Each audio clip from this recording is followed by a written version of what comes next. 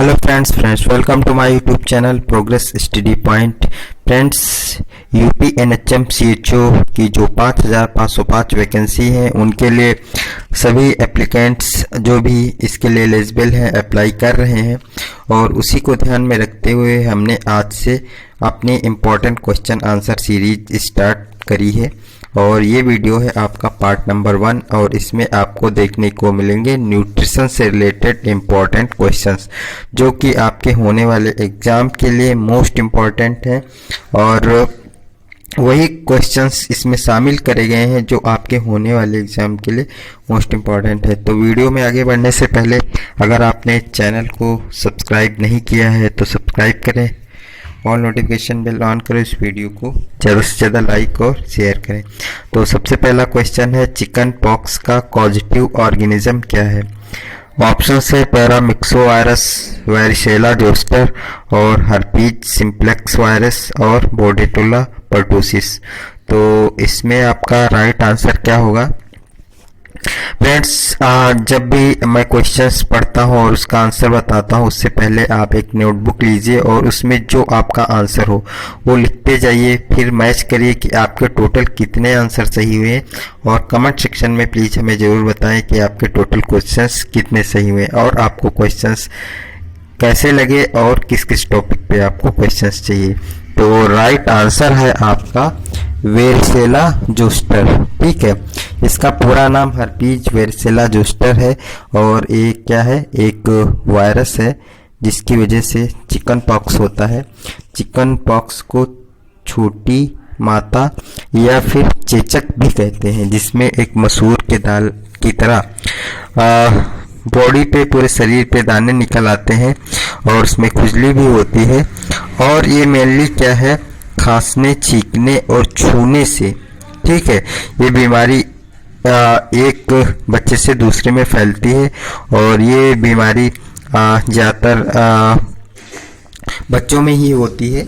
ठीक है, और ये हर्पीज वारिसेला जोस्टर वायरस की वजह से क्या होती है। तो इसका कॉजेटिव ऑर्गेनिज्म है वारिसेला जोस्टर। राइट आंसर होगा आपका बी। ओके, चलेंगे नेक्स्ट क्वेश्चन पर। लाइसिन पाया जाता है। लाइसिन क्या है? एक अमीनो एसिड है, प्रोटीन है, और किसमें पाया जाता है? दूध में, दालों में, दलिया में और चावल में। तो लाइसिन पाया जाता है आपका पल्सेस में, दालों में। दालें क्या है, हमारे प्रोटीन का सबसे बेस्ट स्रोत मानी जाती है, और सबसे ज़्यादा प्रोटीन किसमें पाई जाती है? 42% प्रोटीन पाई जाती है सोयाबीन में। ठीक है, और सोयाबीन जो प्रोटीन होता है हमारी शरीर में जो सेल्स होती हैं, टूटी फूटी सेल्स होती हैं, उनकी फिर से क्या है, मरम्मत करता है। ठीक है, तो हमारी बॉडी के लिए प्रोटीन का इम्पोर्टेंट रोल रहता है। तो राइट आंसर होगा आपका बी। एंड नेक्स्ट क्वेश्चन है हमारा, अल्फा केराटिन एक प्रोटीन है, मोस्ट इम्पॉर्टेंट क्वेश्चन, जो कि पाया जाता है कहाँ पर? ऊन में, अंडे में, रक्त में और त्वचा में। ओके, तो अल्फा केराटिन प्रोटीन कहाँ पे पाया जाता है? ये त्वचा में पाया जाता है और स्किन में पाया जाता है। ठीक है, एक प्रकार का प्रोटीन है जो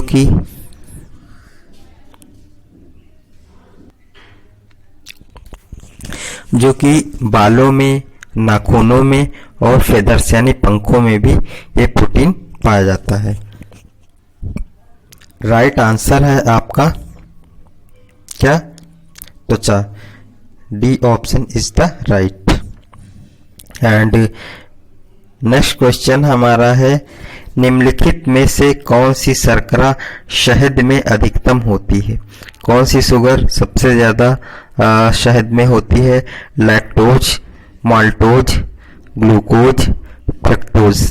ओके, तो कौन सी शर्करा शहद में अधिकतम होती है? ये होती है फ्रक्टोज में। ठीक है, फ्रक्टोज में सबसे ज़्यादा शर्करा क्या होती है?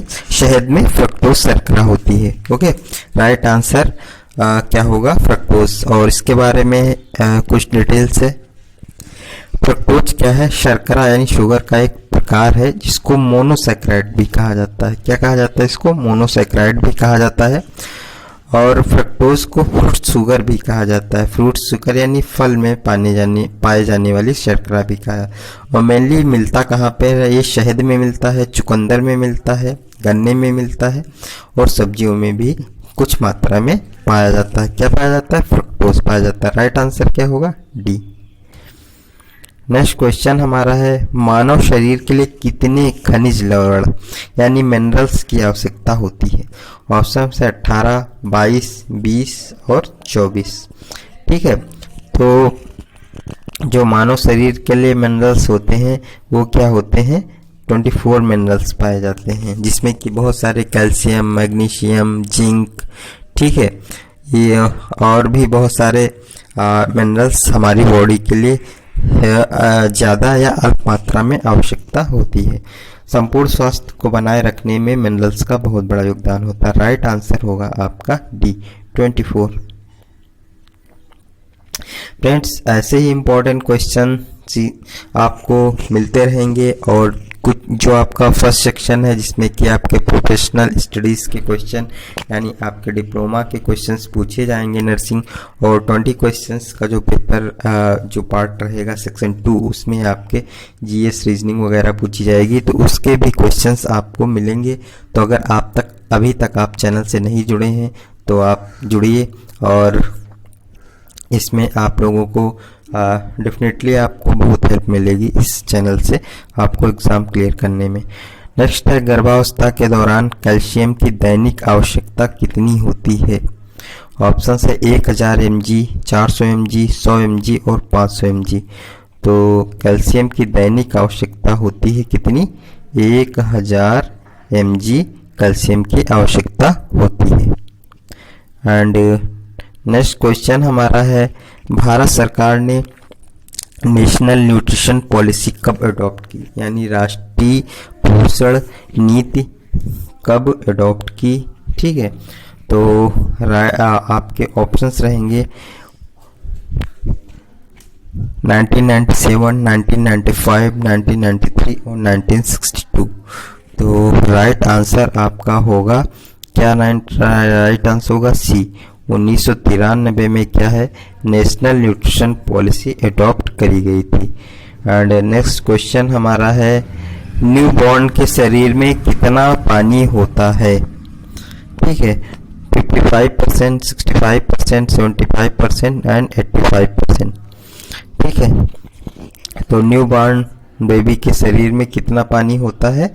ये होता है 75%। न्यूबॉर्न बेबी के शरीर में 75% पानी होता है। एंड नेक्स्ट क्वेश्चन है, ड्राई हीट के द्वारा भोजन पकाना कहलाता है? क्या कहलाता है? Roasting, simmering, baking and grilling. Okay, तो ड्राई हीट के द्वारा भोजन पकाना कहलाता है आपका क्या? Baking. Okay, C option is the right. And next question हमारा है, अधिकांश न्यूट्रिएंट्स का ऑब्जॉर्प्शन होता है? मतलब न्यूट्रिएंट्स का मतलब है पोषक तत्व का जो अंतर्ग्रहण यानी शोषण होता है, वो अंतःशोषण वो कहाँ पर होता है? किस बॉडी में, किस पार्ट में होता है? तो एसोफेगस, स्टमक, स्मॉल इंटेस्टाइन और कोलन। तो जो भी हम भोज्य पदार्थ लेते हैं और खाद्य पदार्थ लेते हैं तो उनका पाचन होने के उपरांत जो उसमें पोषक तत्वों का अवशोषण होता है वो कहाँ पर होता है? वो होता है स्मॉल इंटेस्टाइन, यानी कि छोटी आंत में क्या होता है? पोषक पदार्थों का शोषण होता है। ठीक है, तो C option is the right. And next question हमारा है, चावल की मिलिंग प्रोसेस में कितने प्रतिशत प्रोटीन की हानि हो जाती है? ऑप्शन है 60%, 15%, 30%, 5%। तो चावल की मिलिंग प्रोसेस में 15% क्या होती है? प्रोटीन की हानि हो जाती है। 15% प्रोटीन की हानि हो जाती है चावल की मिलिंग प्रोसेस में। और इम्पॉर्टेंट चीज़ ये है कि जब भी चावल का जो पॉलिश वगैरह की जाती है, ठीक है, उसको धान से जब चावल बनाया जाता है, चावल, ठीक है, चावल के रूप में तैयार किया जाता है साफ सफाई के द्वारा मशीन से, तो उसमें क्या है, जो ऊपरी परत होती है उसमें एक आउटर लेयर होती है, उसमें विटामिन B1 अधिकांश मात्रा में पाया जाता है, और वो क्या है, चावल की पॉलिश के दौरान वो परत निकल जाती है, जिससे कि चावल में विटामिन B1 खत्म हो जाता है। और विटामिन B1 के, जिसको कि थायमीन कहा जाता है, इसकी कमी से बेरी क्या होता है, रोग होता है, डिफिशियंसी। विटामिन B1 की कमी से क्या होता है, बेरी रोग होता है। राइट आंसर होगा आपका बी। नेक्स्ट क्वेश्चन हमारा है, सुबह के नाश्ते द्वारा प्रतिदिन कितनी ऊर्जा की आवश्यकता पूरी होनी चाहिए? 25% से अधिक, 20% से अधिक, 30% से अधिक और 50% से अधिक। तो सुबह के नाश्ते द्वारा प्रतिदिन की आवश्यकता पूरी होनी चाहिए 25% से अधिक, ठीक है, 25% से अधिक।